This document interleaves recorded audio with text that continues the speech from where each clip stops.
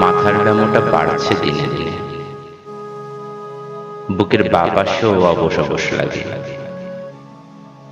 এভাবে হঠাৎ যদি যায় প্রাণটা ওড়ে, অগোচরে শূন্য ঘরে থাকবো পড়ে একা, প্রাণহীন শূন্য দেহে বাঁধবে পোকা বাসা। গন্ধ পেয়ে হয়তো কেউ জানালায় চোখ রাখে, পারবে কি বুঝতে তখন আর জেনে আমি? সেটা যদি হয় ছুটির দিন, অফিস আমার খালি, পারবে কি সে খবর দিতে? চিনবে আমার বাড়ি?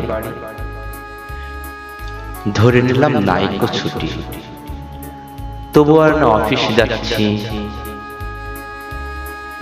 খোঁজ নিতে কি আসবে কেউ যেথায় আমি আছি? হয়তো একদিন এই না খবর শুনবে সহোদরের সব,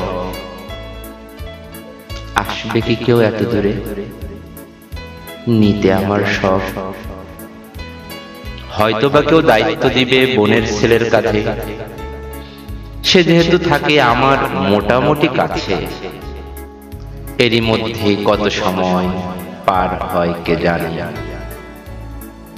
এসে কি কেউ চিনবে আমায় বিকৃত মুখ দেখে? হয়তো আমায় নিতে হবে বরফ গাড়ির মাঝে, বাড়িতেই কি নিবে আমায় নাকি অন্যখানে? মা কি আমায় দেখতে পাবে নাকি গোপনে কবর হবে অচেনা কোন ভাড়ার স্থানে? আসলে কি পারবে আসতে বাড়ির মানুষ কেহ?